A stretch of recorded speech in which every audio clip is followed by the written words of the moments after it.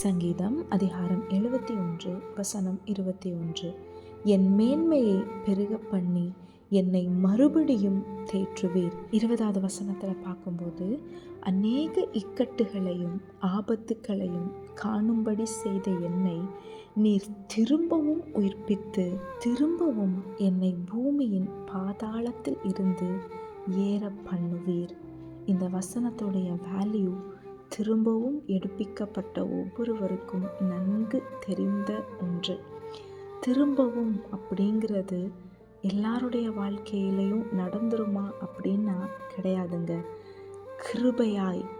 கிருபையாய் நமக்கு கர்த்தர் தந்த ஒரு ஆசீர்வாதம் தான் திரும்பவும் என்கிற ஒன்று. நம்மளுடைய வாழ்க்கையில் நம்ம அநேக இக்கட்டுகளை அநேக ஆபத்துக்களை கடந்து வந்தோம்.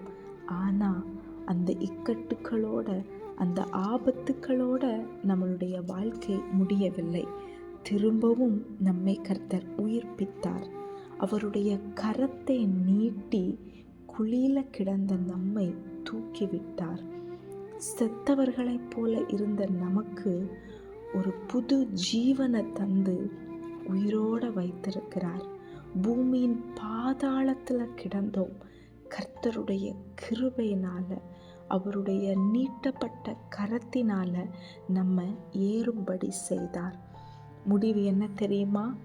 நம்மளுடைய மேன்மையை கர்த்தர் பெருக பண்ணுவார். மறுபடியும் கர்த்தர் தேற்றுவார். உங்களுடைய முடிவு மகிமையா இருக்க போகுதுங்க. முடிவு தான் நமக்கு முக்கியம். ஆரம்பம் எப்படி வேணாலும் இருக்கட்டும். அற்பமான ஒரு ஆரம்பம் உங்களுக்கு இருக்கா? இப்போ உங்கள் வாழ்க்கை அற்பமாக தோன்றுகிறதா? உங்கள் முடிவு மகிமையாக இருக்குங்க. உங்களுடைய மேன்மையை கர்த்தர் பெருக பண்ணுவார். உங்களை மறுபடியும் கர்த்தர் தேற்றுவார். கடினமான ஒரு பாதைக்குள்ளே நீங்கள் போகும்போது நீங்கள் சொல்ல வேண்டியது, இதுக்கு முன்பாக என் வாழ்க்கையில் எத்தனையோ இக்கட்டுக்கள், எத்தனையோ ஆபத்துக்கள், ஆனால் அதில் நான் மடிந்து போகாதபடிக்கு என் அப்பா என்னை உயிர்ப்பித்தார் என்றால், இந்த சூழ்நிலையிலையும் நான் மடிந்து போகாதபடிக்கு, இந்த சூழ்நிலையினால் நான் பாதிக்கப்படாதபடிக்கு கர்த்தர் என்னை உயிர்ப்பிப்பார், என்னை ஏற பண்ணுவார், என்னை தேற்றுவார். எதுவும் எங்களை சேதப்படுத்த முடியாது. இந்த விசுவாச அறிக்கை என்பது ரொம்ப முக்கியம். விசுவாசம் என்னும் கேடகம். விசுவாசங்கிறது ஒரு சாதாரணமான ஒன்று கிடையாது. அது நம்மளுடைய ஆசீர்வாதத்தை பாதுகாக்கிற ஒன்றாக இருக்கிறது. கடுகளவு விசுவாசம் இருந்தால் கூட மலையவே பெயர்ந்து போக சொன்னால் அது அப்படியே ஆகுமா? கர்த்தர் மேலே நம்ம வைத்திருக்க வேண்டிய விசுவாசம் ஆணி அடித்த மாதிரியான ஒரு விசுவாசம். ஏசப்பா மேலே உங்களுக்கு அவ்வளோ நம்பிக்கை இருக்கணும். ஏன் அப்படின்னா, இந்த நிமிஷம் வரைக்கும் ஆபத்துக்களில் இக்கட்டுக்களில் நம்ம மடிந்து போகாமல் கர்த்தர் நம்மை பாதுகாத்திருக்கிறார்.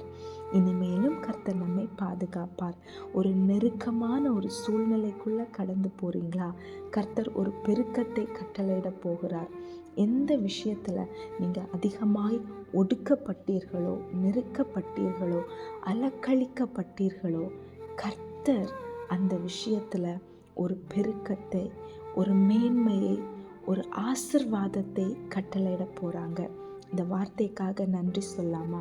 அப்பா, என் வாழ்க்கையில் நான் அநேக இக்கட்டுக்களை ஆபத்துக்களை கடந்து வந்தேன். ஆனால் என்னை நீங்கள் உயிர்ப்பித்தீங்களே அப்பா, உமக்கு நன்றி. பாதாளத்தில் கிடந்த என்ன ஏறி வர பண்ணினீங்களே அப்பா, உமக்கு நன்றி. இப்போ நான் போயிட்டுருக்கிற பாதை எனக்கு கஷ்டமாக இருக்குது. ஆனாலும் எனக்கு ஒரு விசுவாசம் உண்டு. அந்த பாதைகளை என்னை கடக்க பண்ணி ஏற பண்ணி இன்னைக்கு நான் உயிரோடு இருக்கிறேன் அப்படின்னா, இந்த பாதையையும் இந்த சூழ்நிலையிலையும் உங்கள் பலத்தால் நான் கடந்து போவேன். என் வாழ்க்கையில் என்ன பண்ணணும்னு உங்களுக்கு தெரியும். சூப்பராக பண்ணுவீங்கப்பா. எனக்கு உங்கள் மேலே ரொம்ப நம்பிக்கை இருக்குது. நான் உங்களை ரொம்ப நம்புகிறேன். என் நம்பிக்கை வீண் போகாதுப்பா. நீங்கள் எனக்கு தந்த இந்த வார்த்தையின்படி என் மேன்மையை நீங்கள் பெருக பண்ணுவீங்க. மறுபடியும் என்னை தேற்றுவீங்க. நீங்கள் சொன்ன வார்த்தை உங்கள் வாழ்க்கையில் இயேசுவின் நாமத்தினால் நிறைவேறுவதாக. இன்றைக்கி ஃபுல்லாக நம்ம சொல்ல போகிறோம், என் ஆபத்துக்கள், என் வாழ்க்கையில் வந்த இக்கட்டுகளுக்கெல்லாம் விலக்கி காத்த என் தேவன் இந்த பாதையையும் கடக்க பண்ணுவார். என் மேன்மையை என் அப்பா பெருக பண்ணுவார். ஆமேன். உங்கள் விசுவாசத்தின்படியே உங்களுக்கு ஆக கடவது. ஆமேன். Have a blessed day. God bless you.